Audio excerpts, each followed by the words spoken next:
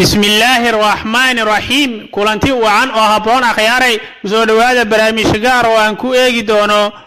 بقردي أجو حكم كدرة دلكاسي إنجليزكا أو جريوتي الله بقره كدب يلا دادي واحد بالي سجاشن يلهجر حنون تاريخي أو تطبعات سنة أيا كود عيبالي بريتن يادونكا ayaa noqday kuwa baroor diiq aan caadi ahayn u dira waxa kale oo la sheegay inay ahayd waajibaad iyo daacadnimo nolosheeda aan la barbardhigi karna ma jirto ayeen iyada oo Carles oo noqday waa wiilkeeda boqorka cusub Allah boqore qodobkaas aan idin sheegay intii hore ka faahfaahsan intaan ku soo gudbin hadii ay tahay markii ugu horreysay soo baqato channelkan fadlan subscribe oo gambaleelka taabo imikana ku amal fal muuqaalkan yarka ah wuxuu ku farayo ku soo dhawaada qodobkaas aan idin sheegay intii hore ka sii faahfaahsan dhimashada boqorada Elizabeth oo ah tii labaad ayaa lagu dhawaaqay 96 jir da'deedu inay tahay taas oo dhaaftay baa liiri xukunkii ugu dheeraa soo afjartay waa boqorada dalkaasi Ingiriiska dhaqaatiirta ayaa maanta walaac ka muujiyay caafimaadkeeda iyadoo caruurteedu ay u kala tartameen Balmore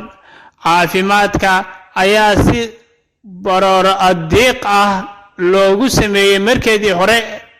ee la arkay in ay tahay mid iska sii socota caalamka ayaa isaguna dhankiisa si baroor diiq ah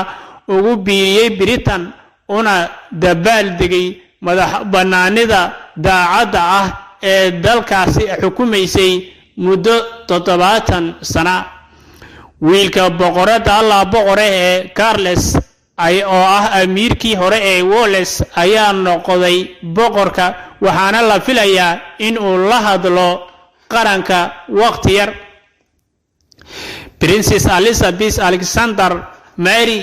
waxay noqotay boqoradii 6 Febraayo sanadkii 1952 iyadoo da'deedu markaa ay jirtay 25 sano jir ayaa lagu sheegay warbixinta markii aabaheed George uu dhintay xukunkeedu wuxuu soo maray 15 ra'iisul wasaare oo Ingiriis ah laga soo bilaabo Sir Winston iyo Churchill ilaa iyo Liz Truss September 9keedii 2015 waxay noqotay boqoradii Ingiriiska ee ugu xukunka dheereed iyada oo dhaaftay rikoodhka Queen Victoria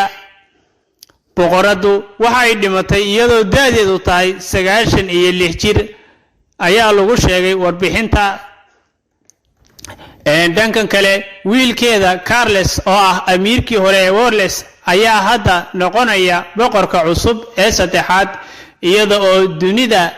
oo dhan ay ka murugootay dhimashadaas hooyadiis oo ah boqoradii ugu xukunka dheereed ee dalkaasi Britain dhammaan caruurta boqorada ayaa u yaacay Balmore oo maanta kadib markii dhaqaatiirtu ay ka walaaceen caafimaadka u yaacay Balmore oo maanta kadib markii dhaqaatiirtu ay ka walaaceen caafimaadkeeda saacado kadibna waxay noqotay mid dhimatay iyada oo ay ku hareeraysan yihiin qoyskeeda 6 galabnimo ayay ku geeriyootay taasoo la xaqiijiyay geeriyeeda sida uu ku dhawaaqay afayeenka qasriga madaxtooyada ee dalkaasi Ingiriiska u hadlayay